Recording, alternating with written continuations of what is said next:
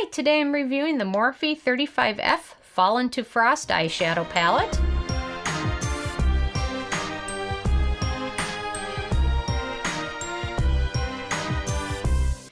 Really quick, I just want to say I purchased all these products with my own money, so you know you can trust my opinion is what I honestly believe. And if you want to help support the channel, click on the Amazon link below before you make your purchase. So this is an eyeshadow palette from Morphe. It contains 35 different eyeshadow colors, and it sells for $23. However, if you shop at Ulta, if you can, they frequently have sales, so definitely check that out. But either way, $23 for an eyeshadow palette is not a bad deal at all, especially one from Morphe. So let me go over my criteria, and then I'll give you full swatches of everything. So number first, the packaging. It's definitely give it a thumb up there. It's pretty simple, easy.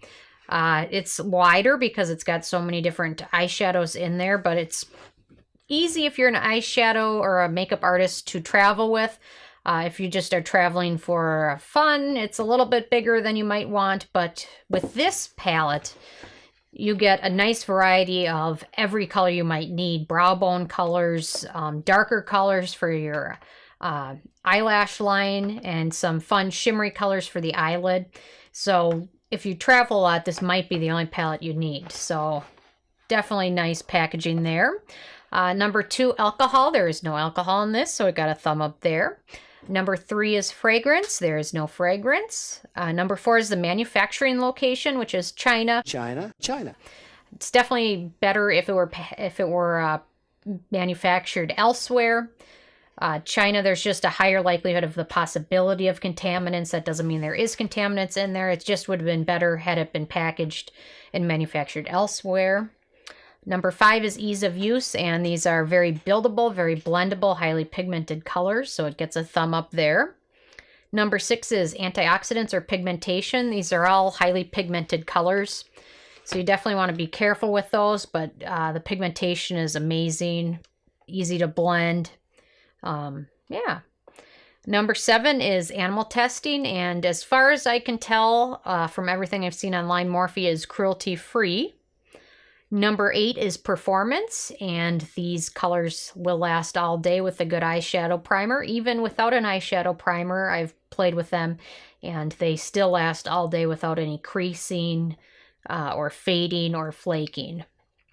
Number nine is the price, and this palette is very affordable at $23 for 35 colors. What is that, like 50 cents a color? So it's a good deal. Number 10 is the it factor, and I gave it a thumb up there. And then let me give you guys some swatches so you can help make your decision. But this is one of the more friendly to the novice palettes that Morphe has. Some of them are so dark or pigmented that if you're a novice, it can be a little hard to use. But this one has got a nice variety of lights and darks and some shimmers. So it's very friendly to the average person that doesn't know a lot or not a makeup artist. So here we go with the swatches.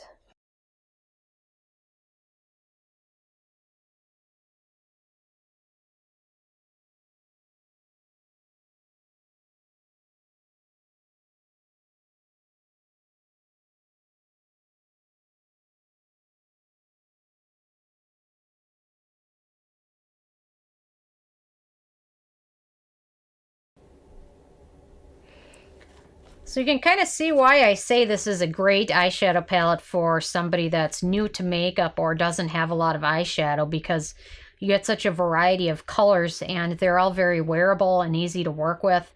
The only color I had a little bit of issue with flakiness is this color.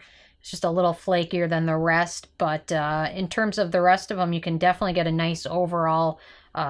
There's super bright, there's the more gold. Then you get some jewel toned, kind of purple, almost magenta colors.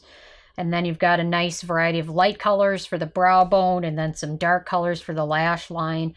So you can make a lot of fun looks with this. And if you're new to makeup, this is a great one to start with. And it's easy to work with, because there's a lot of eyeshadows that aren't easy to work with, or they're more like pressed pigments, so they're harder to blend without a lot of fallout, but this is a great one to start with, and it's affordable. So one for the collection. So on my scale, Sarah's score, this scored a 9 out of 10. Definitely worth checking out. So anyway, I'm interested if you guys have had a chance to check this out yet or not, or any of the other Morphe palettes. Which ones have you tried and how have you liked them? So leave a comment. I love hearing from you guys. Feel free to subscribe if you're not already. I come with at least one new review every day. And check out nobsbeauty.net. Thank you so much, guys. Hi, this is Sarah from No BS Beauty, and I'm proud to offer you one of my first products. And it is a stainless steel makeup palette. And I've been using ones like these for quite a while, and it makes it a lot easier to mix kind of custom foundation shades, custom serums, custom lip colors. You need something like this in your makeup routine to make things a lot easier. And all the profits from it will go to help the channel, which I'm independent and I purchase all the products with my own money. So definitely all of the profits will go so I can continue to bring you good reviews. But, you know, things I like to use are retinol. Retinol is definitely a good thing to use, but sometimes some of them can be a little too strong. So sometimes I like to mix them with other serums. So I'll use this to kind of custom make my retinol at night. So it's a little bit less irritating when you mix it in with something else. Or another thing you can do is mix in a vitamin C. Some of these can be a little oily or greasy, so sometimes it's nice to be able to mix it in with another serum. So I like to use the Clinique one, and I'll mix this in just a little bit because otherwise sometimes it can be a little too oily.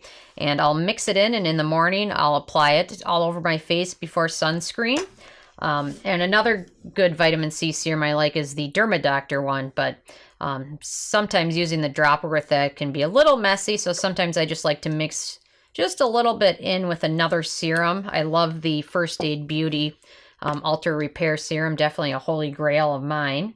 And I like to mix that in with it as well. Or sometimes before I go to bed, if I've got something else going on the next day, I like to mix in a little bit of tanner, self-tanner, but sometimes if you use it alone, it can get a little too orange or a little too dark. So sometimes mixing that in with another serum makes it definitely a lot better and a lot more moisturizing for your skin as well. So definitely something you can use in your serums or your kind of custom make your own skincare routine by using that and mixing up all these products. So definitely something worth considering there. And I also like to use it to mix in some of my custom foundations. So let me show you that too. Another thing I've been using this palette for is mixing and kind of customizing my own foundation. You can almost create a specific color if you have certain foundations that don't mesh well with your skin tone or even your skin texture. You can almost create your own custom foundation. One foundation I love is the Bare Minerals Bare Pro. However, sometimes I can find it to be a little too drying and almost kind of giving you more of a matte finish. So sometimes I'll mix in a little bit of the Josie Mara and Argan Moonstone drops with it and then use it. And it kind of helps kind of lessen the color and kind of give it a little bit more of a glowy look. Another thing I like to use is mixing in sometimes with oil with a foundation, and sometimes that gives you more of a dewy look. So sometimes I'll mix that in with the Dr. Jart, and it helps give you a little bit more of a glow to it.